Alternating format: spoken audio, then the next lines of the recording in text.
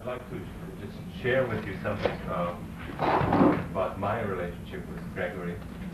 I was very interested in schizophrenia, and especially the psychological theories of schizophrenia in the late 50s, early 60s. And I discovered where Gregory's work with some of his co-workers in Palo Alto. He became a big hero of mine. I got all the reprints from him and wrote a paper on the Palo Alto group, which introduced his work into Eastern Europe. I don't know if you remember that at all. We corresponded. I never read that paper. It was in Eastern European.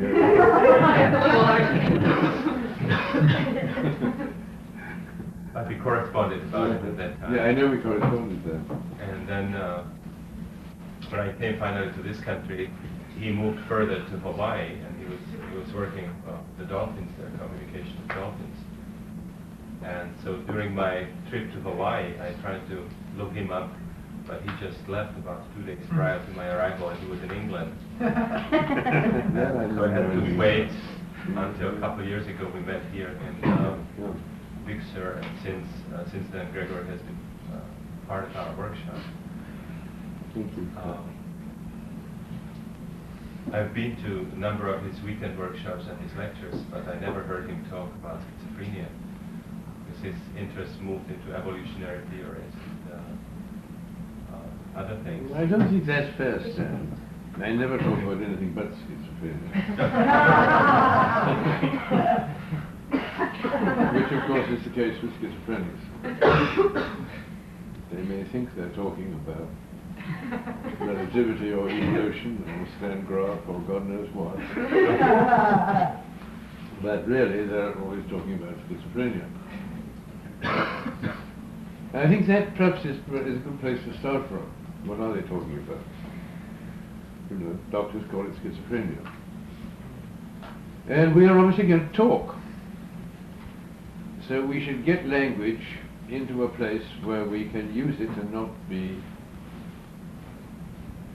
steered by it, or at least not steered into puddles and troubles by it. And what are they talking about?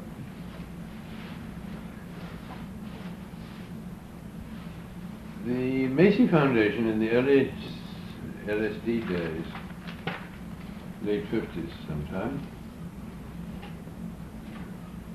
had a little one-day conference, which was finally published, it's all in the text, on the use of LSD in psychotherapy. And there were various people at that time who were giving LSD to schizophrenics and to alcoholics and whatnot. And at that conference there was a Dutch psychiatrist, Van Rijn, a rather sweet and comparatively honest man, who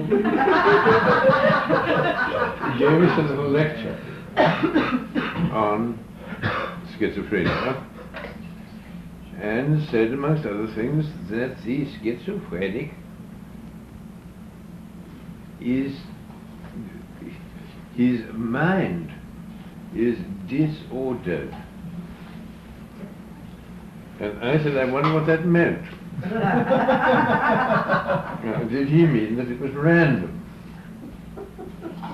Yes, random, that's what I did. Well, I said, that's very interesting, because I don't know that I've ever received a random communication from a schizophrenic, and I don't know quite what it would look like if I did. There's sort of a twist in that question, you see. Because if it looks like something, then obviously it isn't random. However, he fell for that all right, and said, I asked for an example, you see. Yes, he will give you an example. For example, he said, I say to the patient, what is the difference between a ladder and a staircase? And the patient says, stockings. That is random. And I said I wasn't quite sure that it was random, It sounded to me like a comment on the sexual difference between himself and the doctor. Whereat he sort of blew bubbles at me. I suppose for involving him in the dialogue. And I said, well, do we have to spell that out? And as I say, he's an honest man, he said, yes, you have to spell it out. So I said, well, tell me, doctor, what is the Dutch word for a run in a lady's stocking? And he said, we call it a ladder. And then he began to see there might be something happening. And that's about sort of holes in the floor that he was walking across. But he still said, but I still would like you to spell it out. So I spelled it out roughly as follows. Now, I don't know whether this is true. This is just the schizophrenic reading of a schizophrenic communication. And there are 1,000 possible readings of any such thing. And any schizophrenic will agree to all of them, more or less. Or at any rate to a large proportion. As I saw it, it spells out as follows. Step 1, the quote patient knows that that other person is the quote doctor, and the doctor is superior, learned and prestigeful, which he, the patient, is not. And therefore it is a question which must be answered. Why does this doctor want to ask me questions to which he already knows the answer? And as I say, Van Rijn is an honest man. He said, yes, that is why we ask those questions. And the answer to that is that the doctor must want to prove a difference between himself and us. And Van Rijn agreed, yes, with a charming smile. Yes, that is why we ask this question.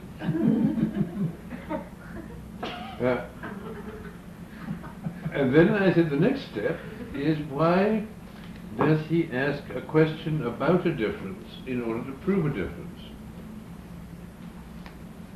And if you are schizophrenic, you will know that the difference that is used to prove the difference must be related to the difference which it is going to prove. Is that sentence a little difficult? These people who distrust the intellect and language. You see, the doctor asked for a difference between those things in order to prove a difference between these things, himself and the patient. And this difference must somehow be an echo of that difference. That's where schizophrenia comes into the story, really. That's the only, quote, irrational element in the story. But metaphors are metaphors and can be worked on. So, what is the difference between a ladder and a staircase? And the answer is that the difference between a ladder and a staircase is holes, you know. And that is somehow related to the difference between the doctor and the patient. Is that simple? What are the rules of the game then? First of all, you see, the point is this, that you give an ink blot. I don't giggle. This is very serious. One was a holy man and the other one was an asshole.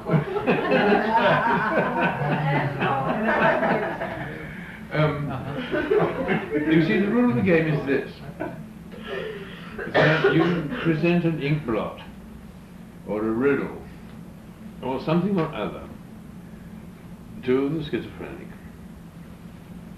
And he does not reply as a graduate student would, or a graduate student at least would try, to respond, quote, to the ink blot. Let's see, bats in it, or whatever it is. But the schizophrenic will always respond in the relationship in which the ink blot was presented. That is, he is always talking about this.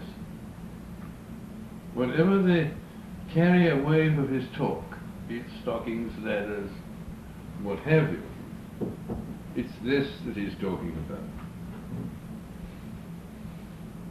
The relationship between himself and the, quote, doctor or spouse or whatever it is he is talking to. And in fact, schizophrenia is a characteristic, for lack of a better word, of perhaps all ongoing relationships, but certainly of those relationships, of those who attach such importance to relationship that they become, quote, schizophrenic.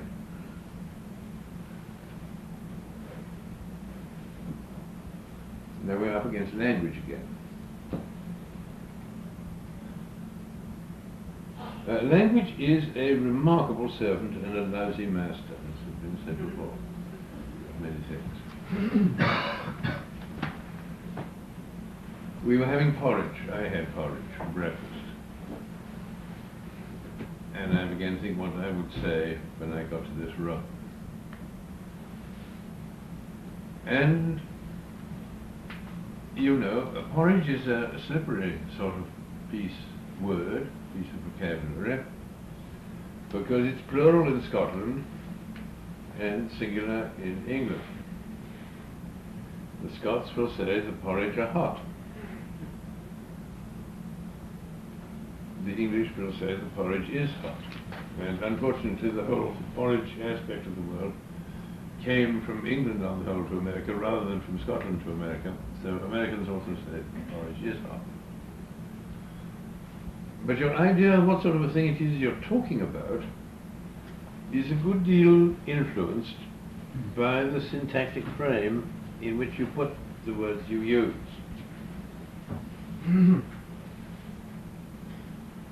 The young will think children. Young is a word like porridge. No. Yeah, a word like porridge. Yangu is a word like, it has only a plural, it always takes a plural verb, but it's a sort of a quantity thing, made of little pieces, like sand, you know.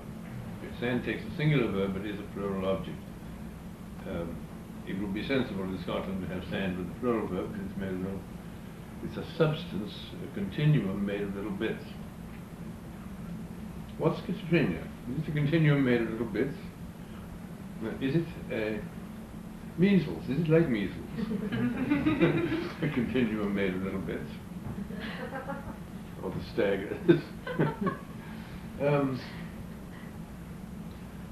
And if you're going to talk language, you know, you may as well be rigorous and say, well, if we put it on a Cartesian graph, you know, as a quantity, how would it graph from 0 to infinity?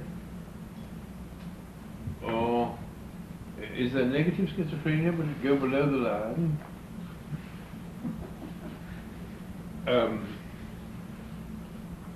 Or is it like temperature? I mean, we say a man has temperature. We mean something between, what, 94 and 105, I guess, Fahrenheit. Why you have Fahrenheit temperatures and the other things have centigrade temperatures, I don't know. What would zero schizophrenia look like? What would infinite schizophrenia look like? And if you're willing to face these things, you know, then you can sort of kick language around, and you're its master, like Humpty Dumpty, rather than it being your master. Otherwise you get led into all sorts of funny things, and you find yourself trying to sell schizophrenia at so much per ounce, or gallon should it be. What are its dimensions, as they say? These are the dimensions of probability. Now all this, you know, is somehow kept under the tablecloth and is not in general asked in medical circles. Psychologists are very bad about dimensions. They never quite clear what the dimensions of anything are. This energy is back to the dimensions of mass times length squared times t to the minus 2, mc squared.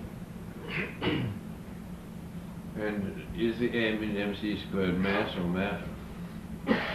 Three-quarters of the room think it's matter. It's mass. What is mass? Mass is a quantity, not a material, not a substance. And so on.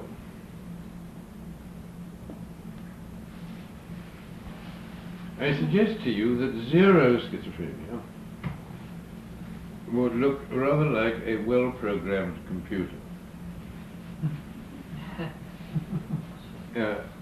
And the computers then become interesting to you, as posing the question, what's the difference between you and me and this box? Can I really play chess, quote, with a box?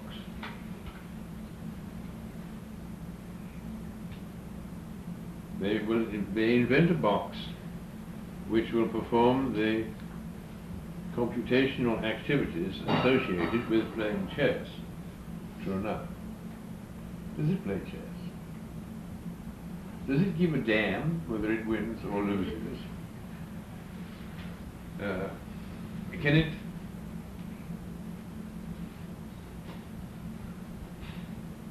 play a trick?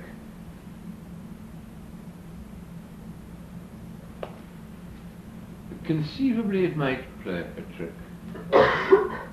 That is, compute from previous moves the intelligence of the opponent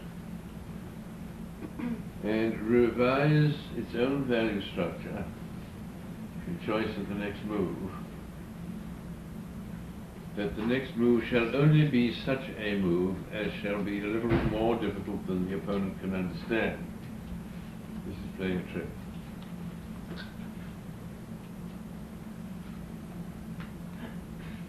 There are two ways of playing chess. There is playing chess against the opponent, in which case you estimate that he won't see the tricks you play on him.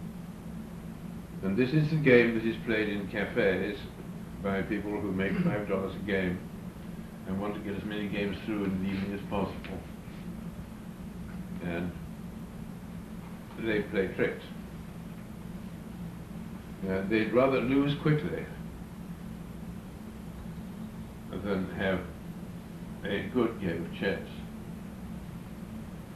There's another way of playing chess in which it's called playing against the board, in which both players, preferably,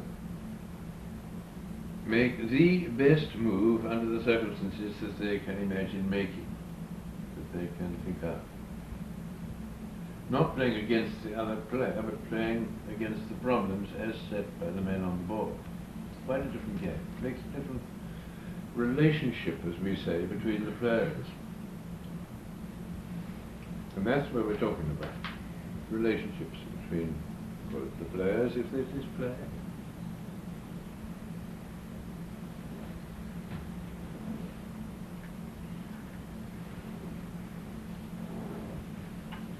So the thing begins to get a little complicated. Could a computer ever be schizophrenic? Yes. That's where we came in originally. That's where the double-bind theory actually originated. Perhaps the history is as good a thing as to give you as any.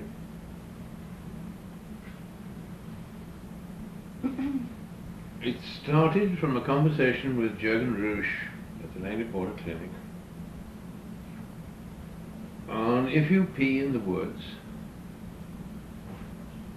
is it different to pee knowing there is somebody who can see you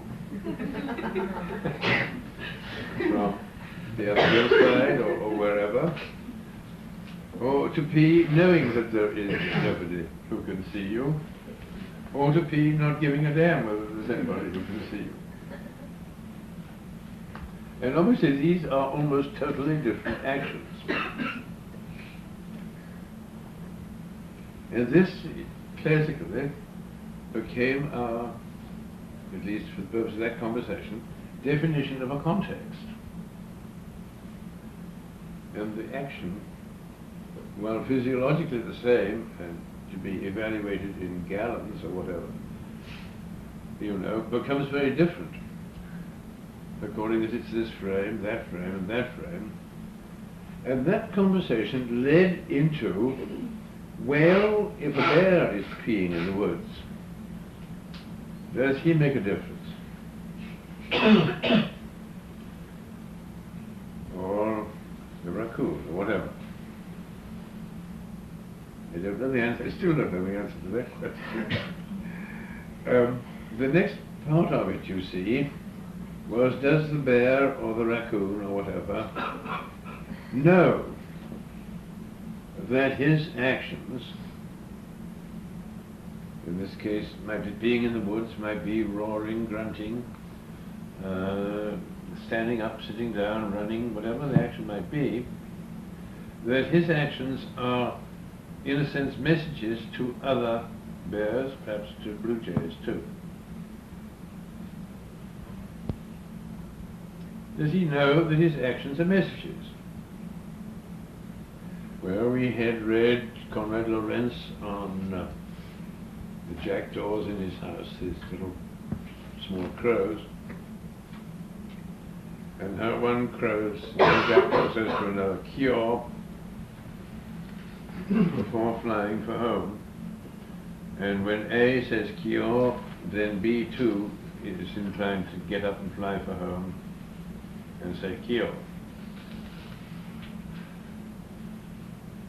Do the jackdaws know that the word "Kyo" is a message, or is it a sort of reflex accompaniment of flying for home?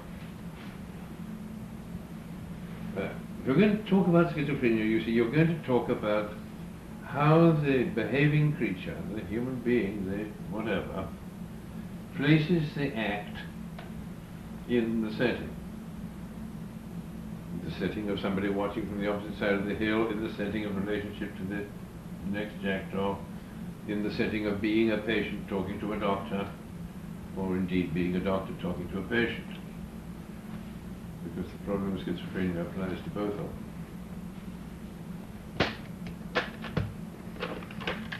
So we went to the zoo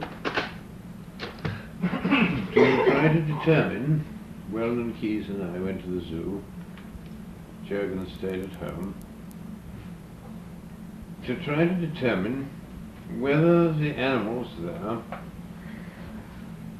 could use the information that what they do to each other and in each other's presence is message, and not just automatic button pressing, so to speak. Or could they even know that they are pressing the other man's buttons as well as responding to their own? And there we encountered the phenomenon of play. We'd forgotten about play. And obviously play, we went, you see, with some thinking before we went to the zoo, and the question became a slightly different question. It became, obviously we can't get inside the animals to know what they know. We can only judge from the outside, so to speak. But if the animals know that signals are signals, if they have the use of that information, then they would be able to make signals about signals. They would be able to say, listen to me, I'm going to transmit. They'd be able to say, I made a mistake, I didn't mean that. They will be able to say, that's not true. A whole syntactic range becomes possible to them if they can classify their behavior. And we were looking for classification of behavior, therefore. Classification being about behavior. The class is about its members, the name is about the thing named.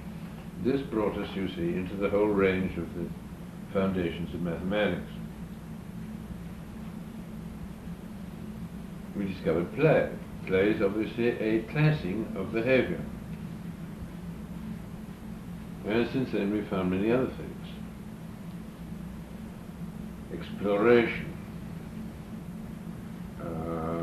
trying, stealing,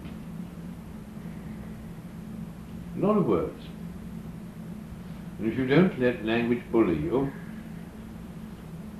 and treat those words carefully and take them into an experimental lab, or indeed emphasize about them over a cup of tea, you don't mostly need a lab in these sentences, because we know the answers for a great many questions if only we put the questions right.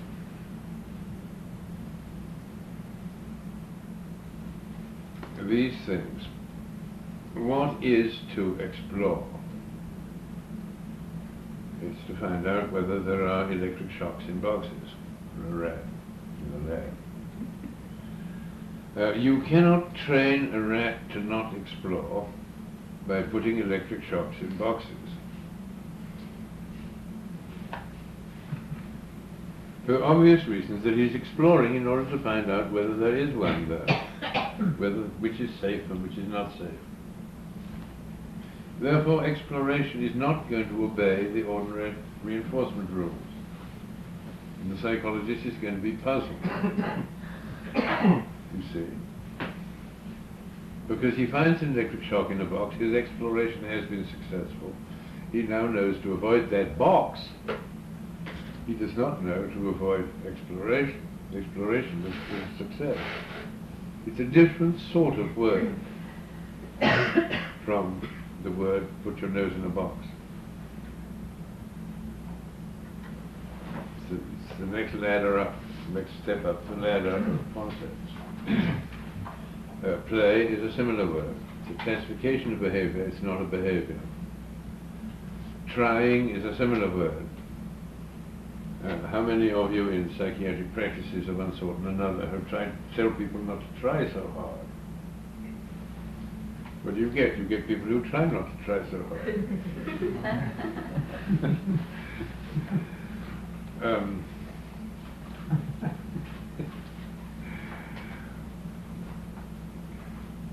Have you ever tried to train a dog who has discovered theft to not steal? You punish him for theft, all you get is a dog who steals better. And stealing is a category of behavior, it's not a behavior. Now you'll notice that language is getting, to begin to be a useful tool, and some of its traps are being exposed, and notably, we're beginning to see that you can't have a, quote, psychology, whatever that word might mean, unless you are fully aware all the time of these levels. And most psychological language used by psychologists, is just so full of misnomers, mishandlings of the levels, that you will find you can't read most of their works from now on if I've done my job properly. It should save you a lot of time. Famous experiment. A dog in Pavlov labs, many dogs of various breeds at various times, because Pavlov became interested in the phenomenon, were subjected to experimental procedures to, quote, break down their discrimination. They would then go into various, obviously undesirable, say pathological states. They would bite their keeper, they would, go comatose, refuse food, all sorts of things. It was called experimental neurosis. I suggest to you it was really psychosis, but let's look at it in detail. Here is what they did. They would have two, quote, stimulus objects, assuming there to be such a thing as a stimulus object, and the dog is willing to go along with that. these two stimulus objects might be an elliptical object and a circular object. And the ellipse meant X and the circle meant Y in terms of the action of the dog. If when shown the ellipse, he should do this, and when shown the circle, he should do that. Or he should salivate for one and not salivate for the other, whatever. He's to what the psychologists call discriminate between these things.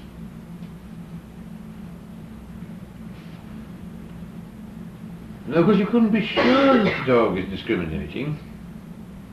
He might just think the circle means X, and there is something else in the universe, water, which means drink. This doesn't mean that he's discriminating between circle and water exactly, because there are many differences that don't present themselves as questions to him. But in fact, the psychologist needs to have the dog discriminate. It is something more than just responding rightly to this and responding rightly to that other. The two have got to be brought together into a contextual frame to be able to say he discriminates. I mean, you're not how should I say? You know there's a carpet on the floor, and you know there's a floor under the carpet, but you're not busy looking for the difference between the two. There are two different things, and even though juxtaposed, they're not something you have to sort of tell the difference between. They're not like a ladder and a staircase. So you have to tell the dog somehow to discriminate. I don't think the Pavlovian labs ever went through this particular argument, but it's very important. And in fact, they did what was sensible in terms of this argument. Namely, they made the ellipse fatter and squished the circle down a bit so as to make the difference smaller, so as to focus the dog's attention, whatever that means, upon the problem, to create it as a problem to the dog.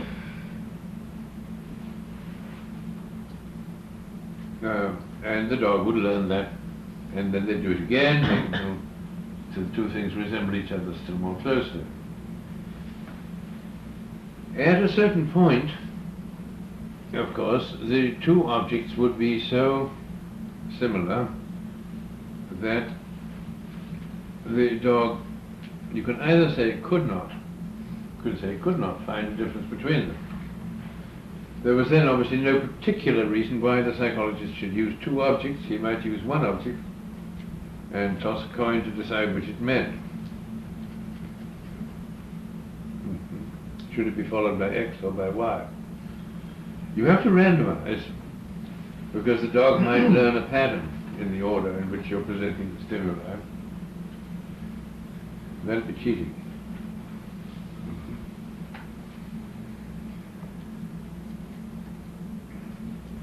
Now, if you can do that, well, you'd use, I suppose, a random number table nowadays. In those days, you might use a toss of coin to decide which was going to which. What is the correct course for the dog?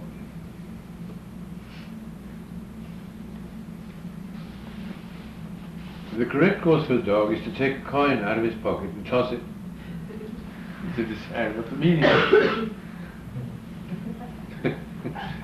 Or simply to guess. Perhaps even to guess 100% of one. If it's 50-50, it doesn't matter which he guesses. But you've gone through all this elaborate preliminary to make the dog believe that he is in a certain sort of relationship to the experimental setting, a context. We come back to the word context. And it's like the word trying, the word exploration. It's up at this next level. And at that next level, he's been put in the wrong. He tries and he can't do it. And at this point, the symptoms start to develop.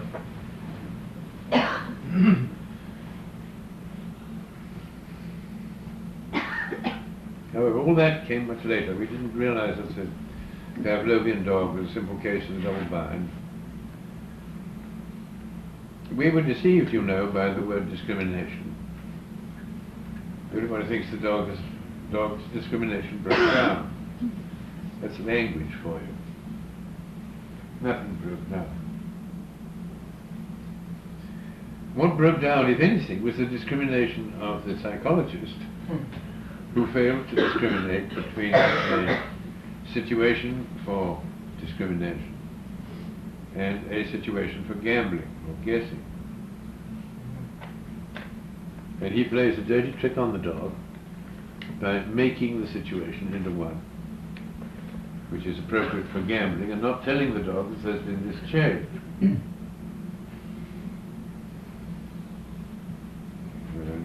The dog is quite a fight him, damn it. Which he's then put in mental hospital for. No, he didn't want to know different dogs.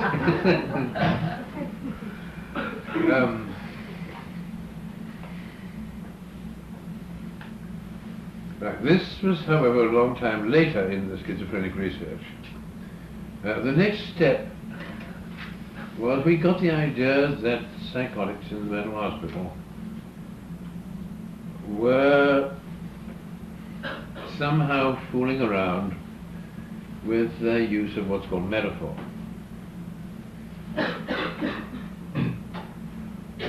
Metaphor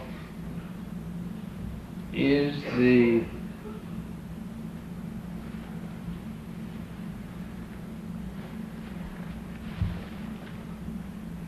define it the wrong way.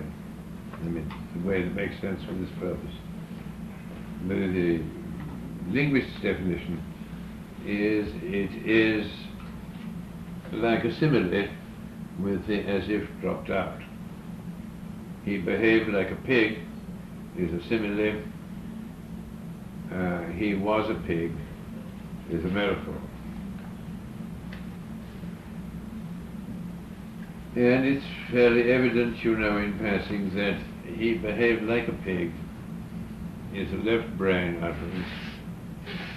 Whereas if you really believe he was a pig, this is over on the right brain dream side,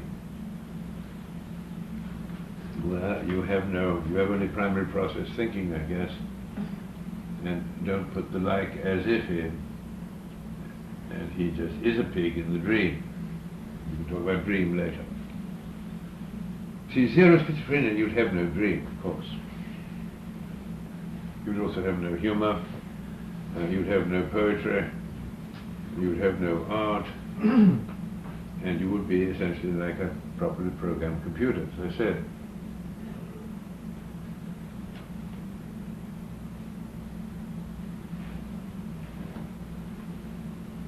At the point when we started to realize that the schizophrenics are fooling around with metaphor, I went back to the Rockefeller, whose money we were spending. They'd given us money for 2 years, and it took us 2 years to find this out, to reach this point. And I tried to persuade them with a film of the play of animals that we were going to solve all the problems in the universe, but they didn't see it. And it was clear they had not seen it. Yeah? Was that a 2-year funding program for LSD research in schizophrenia? Oh, this is way before LSD. This is just schizophrenia. Yeah. I'm not really giving it in chronological order, Okay. because It's prior to me. I'm not sure that there is time in mental phenomena.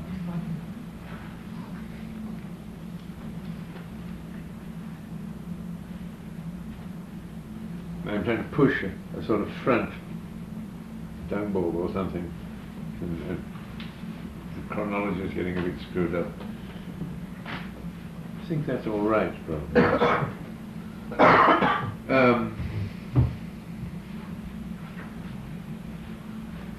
Yeah, the Rockefeller was not going to buy it, and I went on from New York to Boston, where I met Norbert Wiener, whom I already knew, the sabbatician, and we had lunch together and a conversation.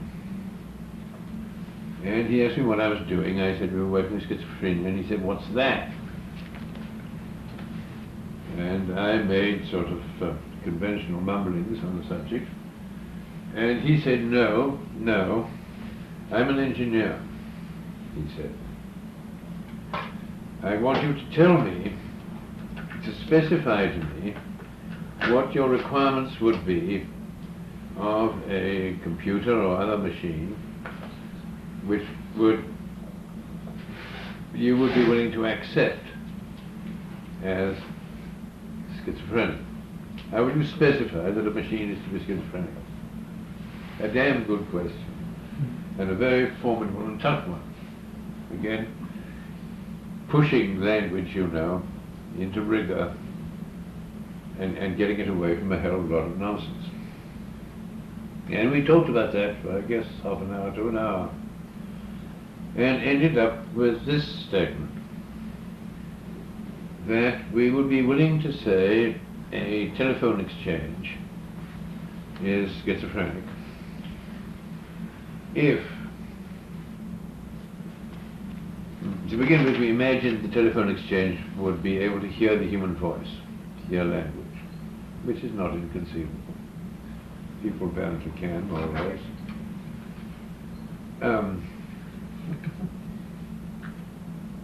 And we would say to you at so-and-so would say to the telephone exchange machine that you want to be connected with subscriber number 628, right? And the machine would then connect you with subscriber number 628.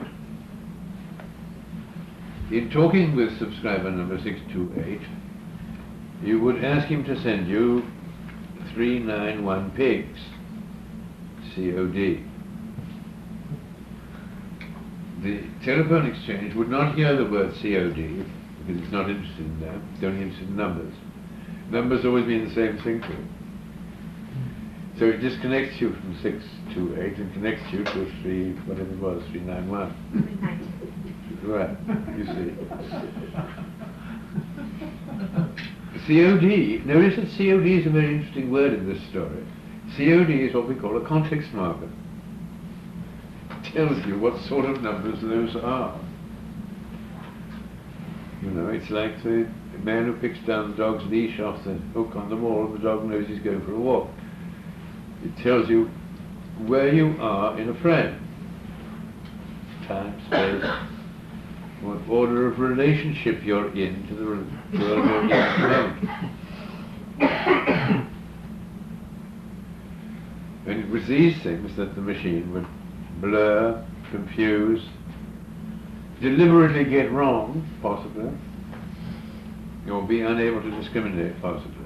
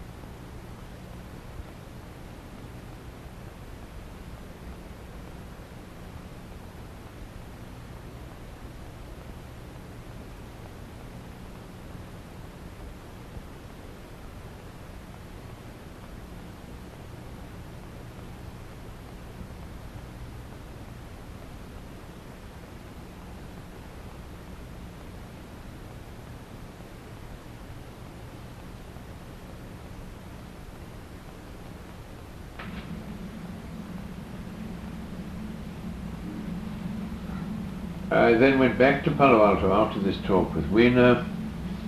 I received from the Rockefeller the expected letter to say my grant was not renewed. And I sat down to write a letter to Wiener to ask him where he thought we might get some money. He having more idea what we were talking about than most other people.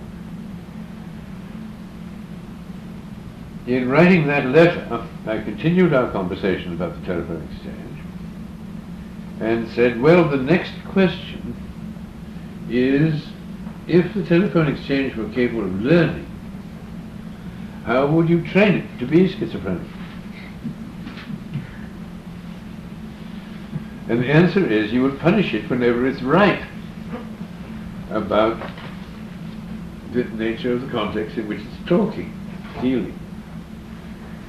Whenever it guesses right about the nature of 629 or whatever, you put a heavy shock through the whole bloody system and say, no, no, no, no, no. And it would then, think the number of the subscriber you're asking it to connect with is nothing but how many pigs. That was the double bind. That's the formal statement of the double bind. The use of learning contexts to deny the nature of context.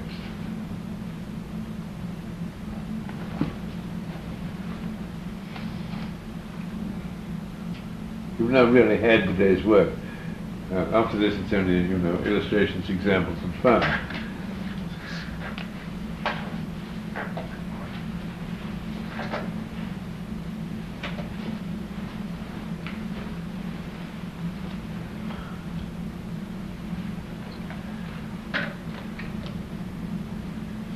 So we got movies.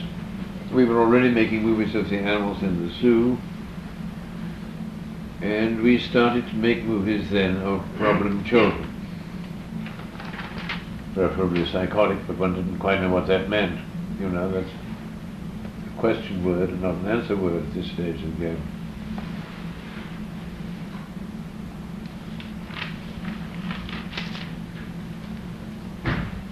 And Friedrich von Reichmann came out to Palo Alto. A great handler of the schizophrenic. And I was working with a schizophrenic patient who was one of these very productive ones, poetical sort of ones. Well, the poetry is interesting stuff.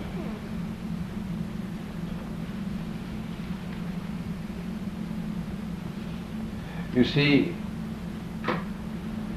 there's a strong tendency nowadays with script and journalism and public relations and things like that. There's a strong tendency to think that you can make poetry by taking prose and ornamenting it. But that doesn't make poetry, or makes very lousy poetry. And poetry actually is the more primitive method of communicating. And prose is poetry with the ornamentation taken off.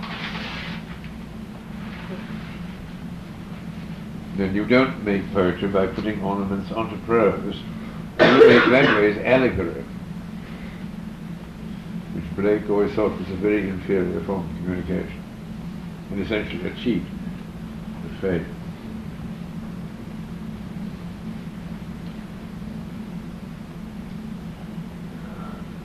Where was I? Oh, examples. Yeah, we were going to work on problem children.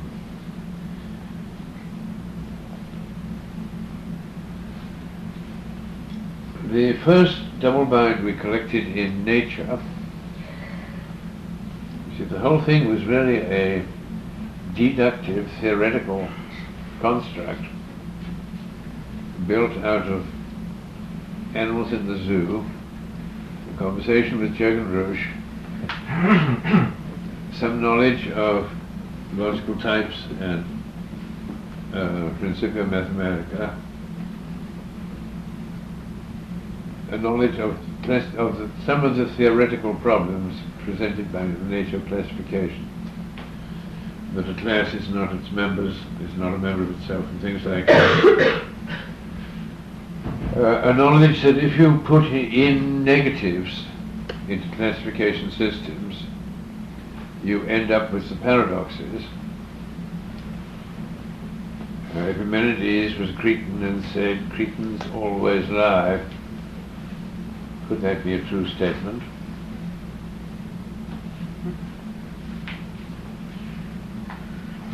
If so, then there is a Cretan who doesn't.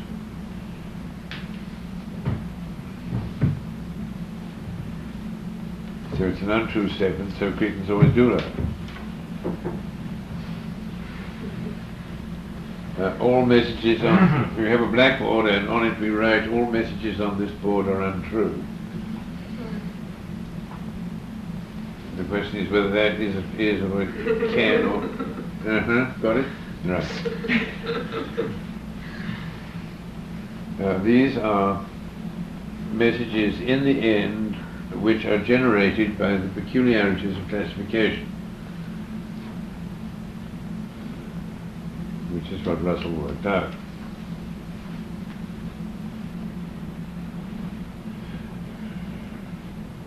So I'm interviewing the mother of a problem child, and there's a camera over there about 20 feet at the end of the living room.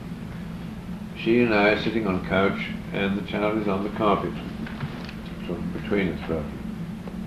5-year-old, very, very bright little boy. She says, you know, Mr. Bateson, it's hell in this household. At bedtime. Oh, awful. We tell him 50 times, go down, stay down. And then he gets up again, and he gets this little puppet. He calls him Tucky. I can't understand why he calls him Tucky. There's no Tucky in the children's books that I can find. I say, yeah, he gets the puppet. Yes, he gets his puppet, and he comes and says, Mummy, Tucky wants to kiss you. Gee, he knows all the tricks for getting through, doesn't he? I'm still unhappy that I did not say, through what, madam?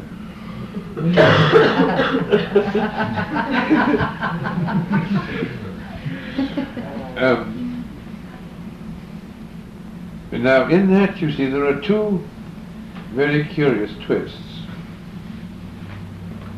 One is she starts to tell a story, cuts on the story into a piece of, I don't know, academic inquiry about the word Tucky.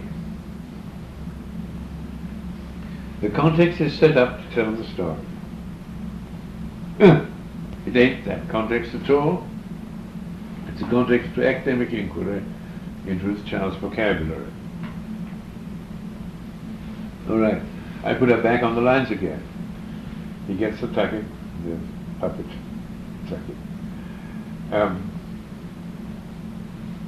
And then if you listen to that, and you listen to the tape, you can hear between the words, Tucky wants to kiss you, Mummy, and the words, gee, he knows all the tricks for getting through. There's quite a pause there, with a big sigh in it. That is, this gal knows, at some level of her gut, that to have the child substitute Tucky for himself is already a tragic statement. But, hey presto, we don't look at that. Click.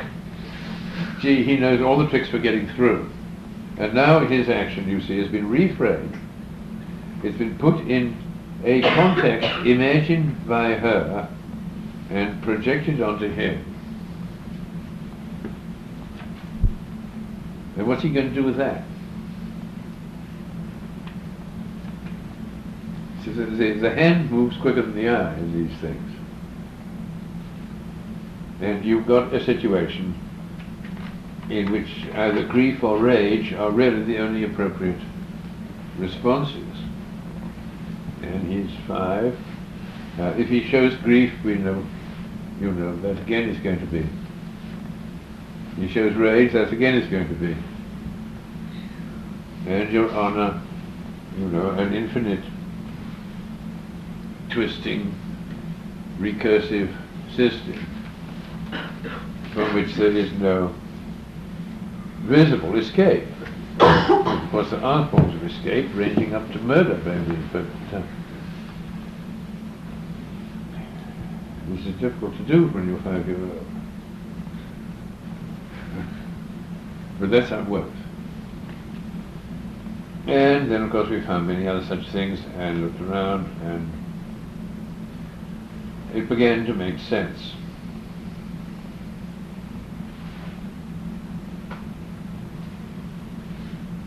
And we began to see schizophrenia as a skill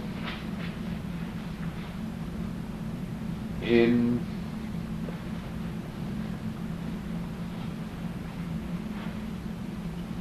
dealing with contextual systems that don't fit together. Internally destructive contextual systems. And then to the use of contextual systems to not fit together, because they do it back, you see. I'm not saying schizophrenics are necessarily nice people. They can be bitches to their parents just as much as their parents can be bitches to them. I mean, it doesn't have to be parents, it can be employers or interrogators, I guess. You will probably put through stuff like that in your interrogation material. The Chinese interrogation is very much like that.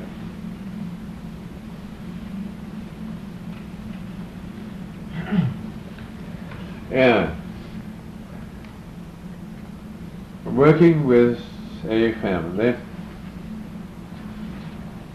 mother, it looks like a cart horse Polynesian. She is a woman Caucasian, very, very bright, very quick, great, big, enormous woman. Dad is a PhD, 5'4", maybe, little dry little man who plays quite a good game of chess.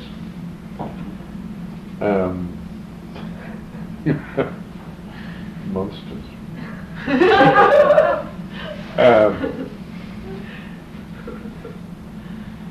The 17-year-old son is a problem, has been diagnosed schizophrenic and has certain aspects of what are called appropriate, plays games with context, shall we say.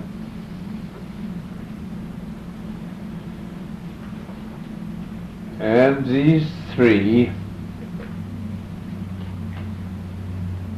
there is a sister, 15, and a 4-year-old daughter, who's by way of being a genius. At 4, she drew a recognizable portrait of mother. This is quite an extraordinary child. I don't know what's happened to her since. One day we'll find out. This is what's called family therapy. We're sitting around a table in this case with it's an uncovered, shiny wood-top table.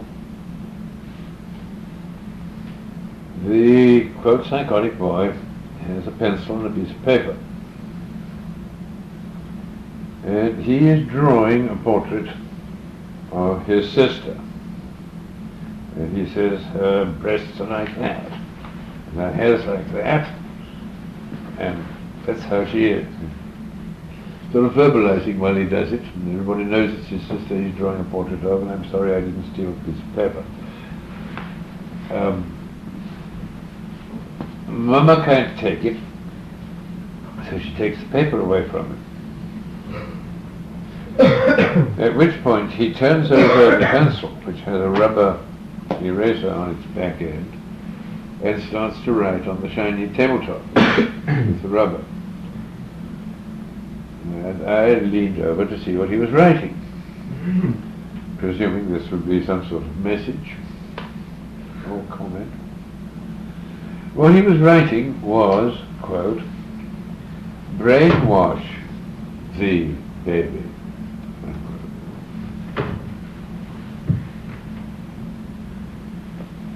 So, upon the general hypothesis, I'm not sure it's true, that it's good for such systems to force the messages to go through to their destinations, I read his message to mother and father. He wrote, "Brainwash the baby." I wonder what he meant.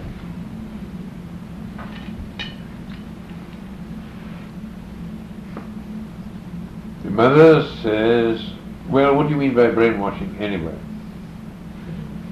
Again, trying to take it into etymology and away from relationship.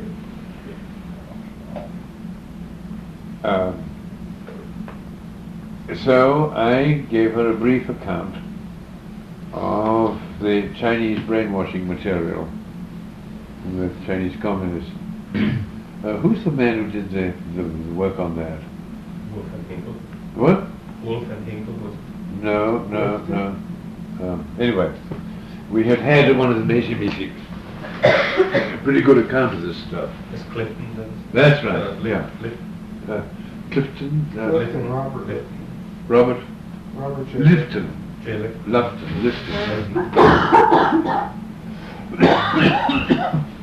There was a paper, an interesting paper years ago on the comparison of the Chinese and Soviet. Oh yes. Wolf Hinkle and archives. No, that I've never seen. Though they're doing much the same thing at some fundamental level, I guess. So I described this to Mama.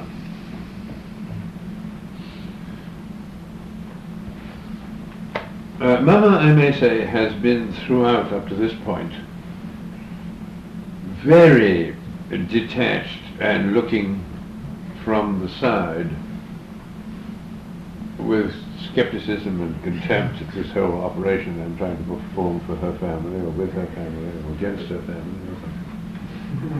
Well, she is sure that she is right, a paragon, always effective, always efficient. It's always somebody else's fault. This is fairly common in such families, especially for the mama.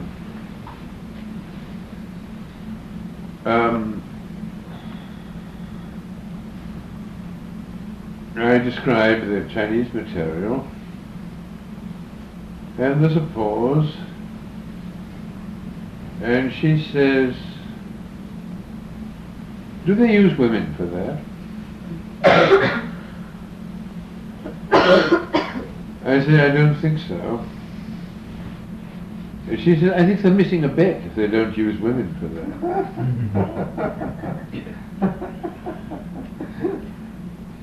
She then devotes the remains of that therapeutic session to discussing the position of women in the civilization and her own position,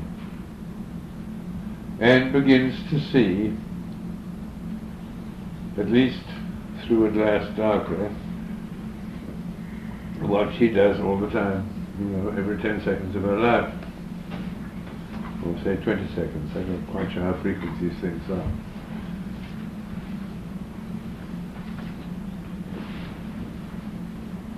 I don't know what I should have done. I listened. I agreed, and I guess approved somehow. She came in the following week, trembling, sweating, obviously very near some sort of breakdown, whatever that means. Could be breakthrough, maybe. I was frightened, because I didn't know what I was doing, What therapist ever really does. Some know better than others, I guess. But that was me, having no MD, no, just operating out in the open with nothing. And you know, I was inclined to think psychosis was rather serious. And I didn't want two of them in the family. So I let her off the hook.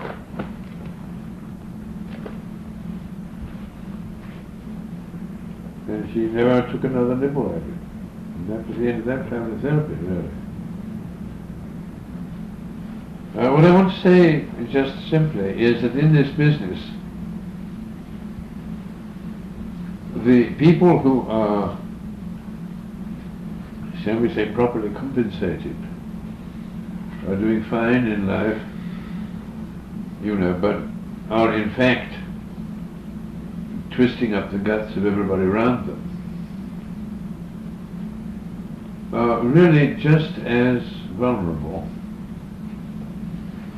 and they only maintain their position floating along and doing passing, as they say, colored folks say. They only pass by virtue of parasitizing the balance of other people. They need the psychotic child, and they need their treatment of the psychotic child. This is all a part of their way of life by which they navigate. Did you get why the lady was so a tremble? What was she saying? Oh, she had nightmares. She was in a mess. Did she say why? No, of course she didn't say why. You have her nightmares? Today, I hope I would have pushed it. As it is, I panicked. She won. Could you explain that a bit more? I don't understand it. That they pass by parasiting on people. I didn't quite get that. Yeah, you've got to imagine that whole family as a sort of raft floating on water. Right, and by keeping the psychotic on this end of it, which holds that end down, the people on this end are able to stay up, out of the water. The ecology of the family. It's an ecology of the family, and it's a sort of predation in a sense. This came out rather clearly, this same family. The sister was said to be doing so well. She was in school, and the brother, 2 years older than her, was doing so badly. Oh, they tried to get him a job at one stage as a sort of janitor in the company where Dad worked. And he piled all the garbage cans up as high as he could, one on top of the other, and then took the bottom one away to see what would happen. That was the end of that job.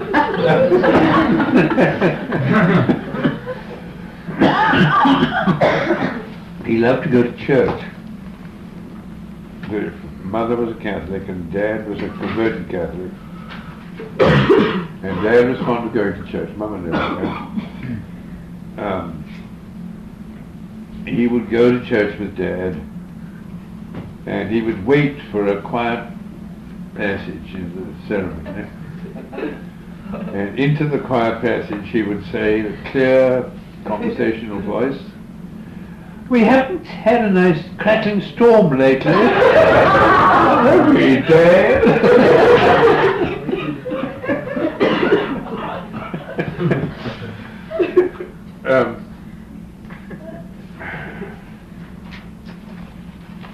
Anyway, they didn't think this was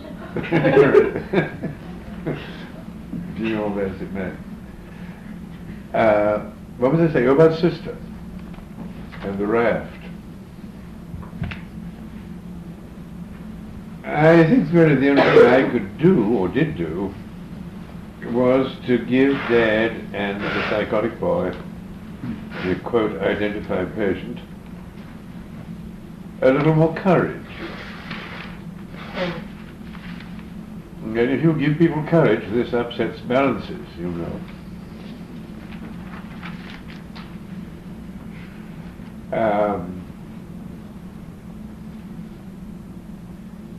Well, let's not deal with Dad's courage for the moment. We might think about that in a minute. To the extent that Mama said, Mr. Bateson, I can see, tell me, I can see that Bob is better, but why is he getting so hostile?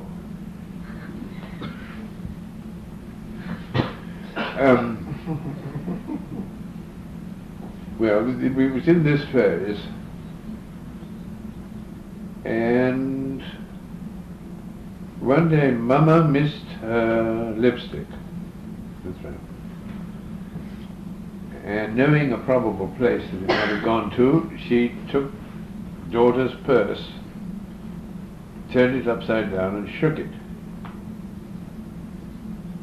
And out came 2 report slips from school in which daughter had not yet turned the F's into B's, which she was doing by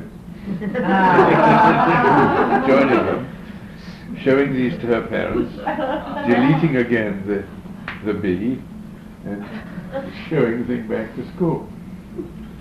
And then some of the fat began to get in the fire, so to speak.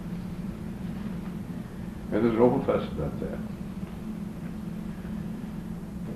And another couple of weeks went by, and then daughter came home and was doing her homework, which was, I think, arithmetic or math of some kind. And there was a piece of paper in the textbook. And Mother saw there was a piece of paper in the textbook, reached forward and pulled it out and read it, which was a love letter of sorts from daughter to a boyfriend. Daughter then kicked Mother on the shin for reading the letter. The mother made a fuss about daughter writing letters when she ought to be working, and got her shins kicked. Father decided this was terrible, and did I think the daughter ought to be put in an institution? Well, I did rather think the daughter ought to be gotten out of the damned situation, and we did in fact get the daughter into a boarding arrangement at school instead of a day-by-day arrangement. So she escaped for, anyway, consecutive periods. But you see, within a few weeks, the raft was now, we'd lifted the corner where the sun was, and it was going to shift around, and down was going to go the corner where daughter was. In fact, the next thing was incest, that's right.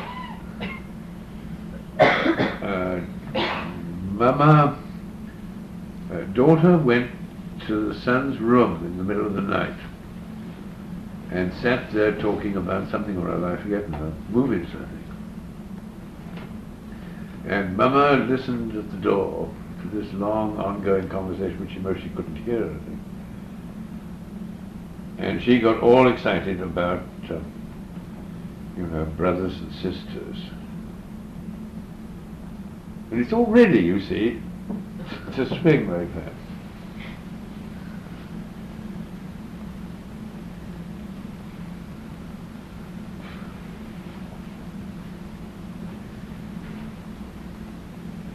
One of the mysterious, indeed rather surprising things is that if you go with your ears and eyes open and your gut not too tight, and you see the problem individual, this quote schizophrenic in the family,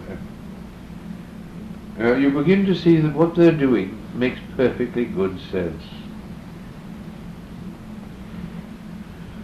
At a most ordinary sort of pragmatic level, we're not talking about poetry or art or something beautiful.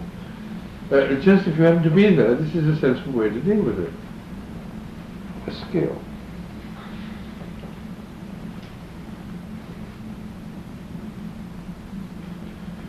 Which Which way would you like to take it next? I suppose one of the big difficulties you had with that family was that if the mother decompensates, then you get in trouble. That was the thing I was very much aware of. And this must still be a problem. There has to be a healing as well as a destabilizing. So, I'm talking about pragmatics, I guess, from this point. Well, the pragmatics are that,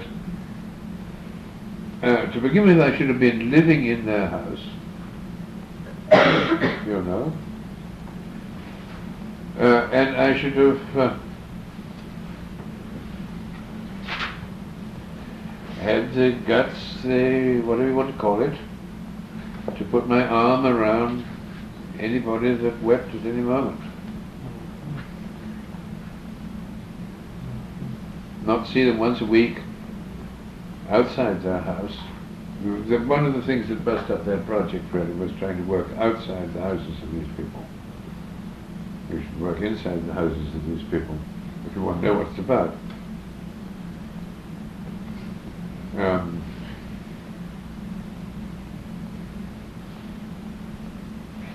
I don't exactly know why. Oh yes, it happened, and there's a moral in this story. It happened with the introduction of sound into movie recording. I'm an old movie man from way back, and I've always used a silent camera. And the last silent film we made was the film of the Otters, Flag, and Weldon Keys. We then went and made silent film of A Problem Child, and the next thing was movies with sound. And when you get movies with sound, the damn camera gets on a tripod. And when the camera gets on a tripod, the events have to be placed in space. You can't try to chase them. And you might as well do the whole thing comfortably in a room where you can control the lighting properly. And the whole research project moved from the natural environment of the creatures we were trying to understand to an artificial environment. There goes, I don't know how many research projects, have fallen down on that one. Gregory, when I was at the Medical Research Institute, I think it was 65 in May, I was part of a few seminars which you had there. And there were people who were being trained as family therapists. And part of their training experience was to spend, I think it was 10 days in the family of the schizophrenic, 10 days in the family of a person with sociopathic tendencies. And I was there when they were sharing what happened, their experiences. 1 week or 10 days in this kind of family, and it was mind-blowing. It's mind-blowing what goes on, yes. Yes.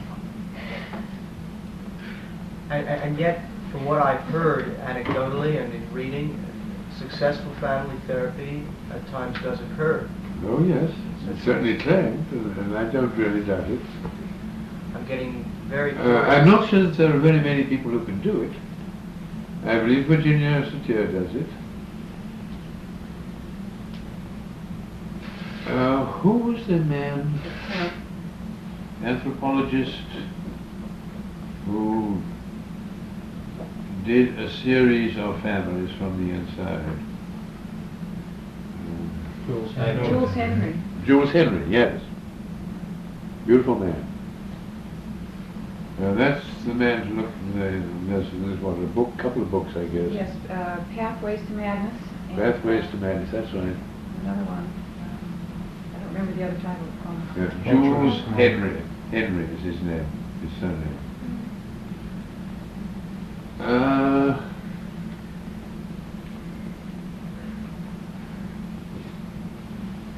Now, this certainly is an absolute necessity for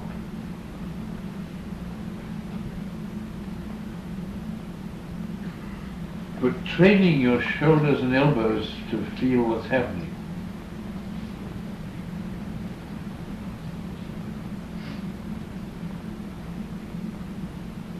It's grim. Now it's grim, I think, even with nice, normal, middle-class suburban families, you know, that have never seen a psychiatrist.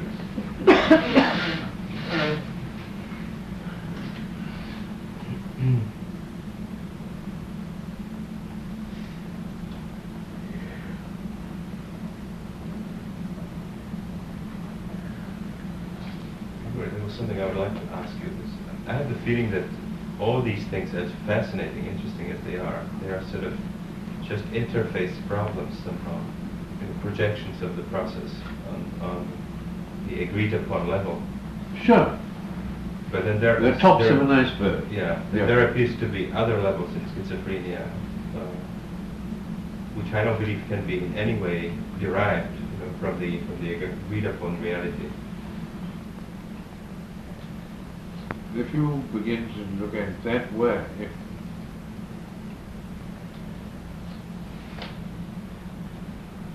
then clearly there's going to be a body of process, a whole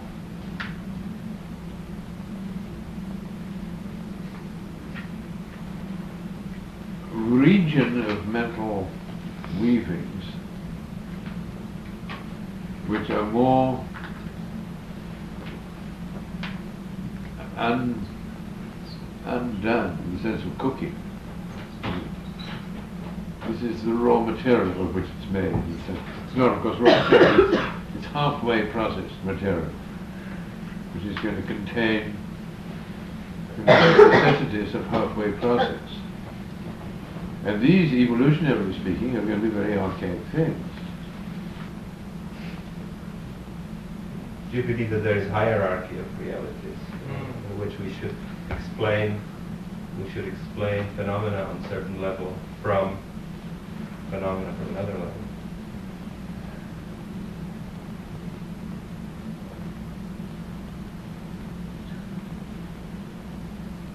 I would, speaking, this is personal, I guess, that as you climb the hierarchies of generality, abstraction, logical types, whatever you want to call it, there are always two pathways open to you as you climb into the more general, the more ultimately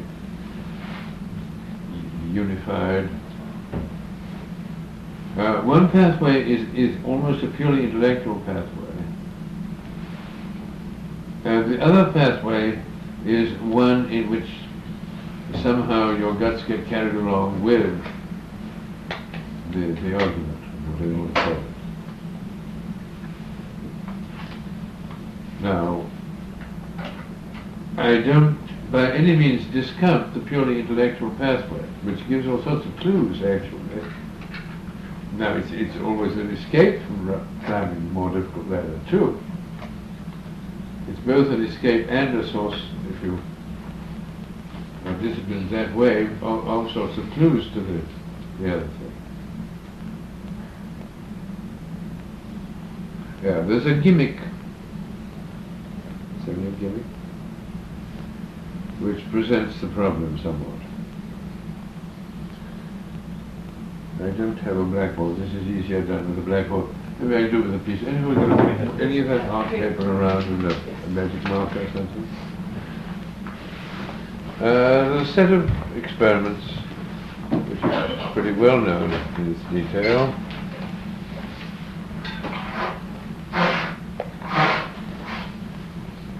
In which the subject, these are experiments designed by a man named Hecht, now dead.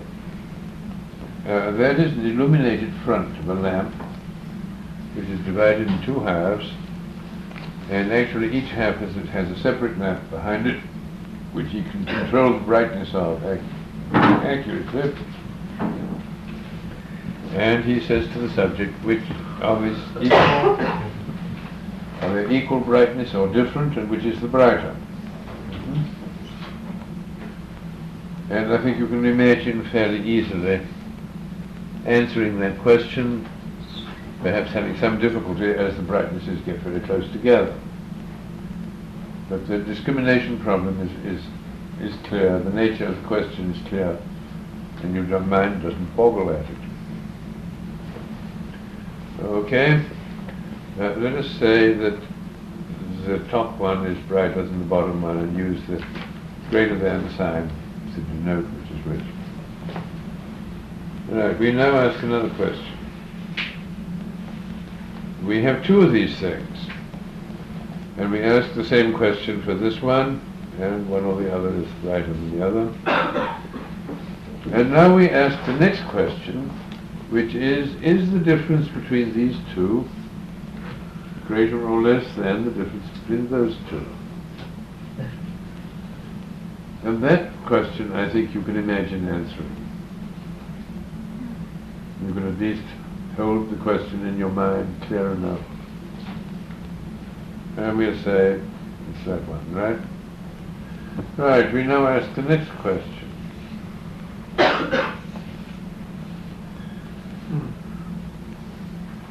Which of the brighter of these? Well, whichever way it goes.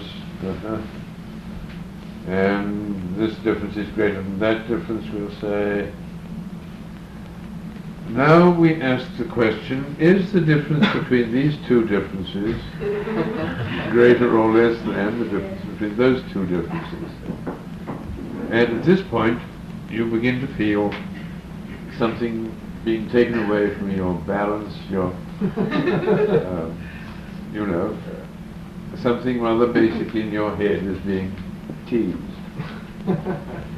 It gives you a certain sensation. Right. Now, if you're a nice scientist, of course you won't feel that sensation, and you won't get caught by the particular piece of contextual hypnotism that I've just offered you. I led you up a garden path. That's what I mean by there being two roads, so to speak. One road, which is a real road involving your guts, in which you're trying to use your guts as the litmus paper, the perceptor. And the other in which we ignore all that and go into a world of figures which are totally different from the other thing.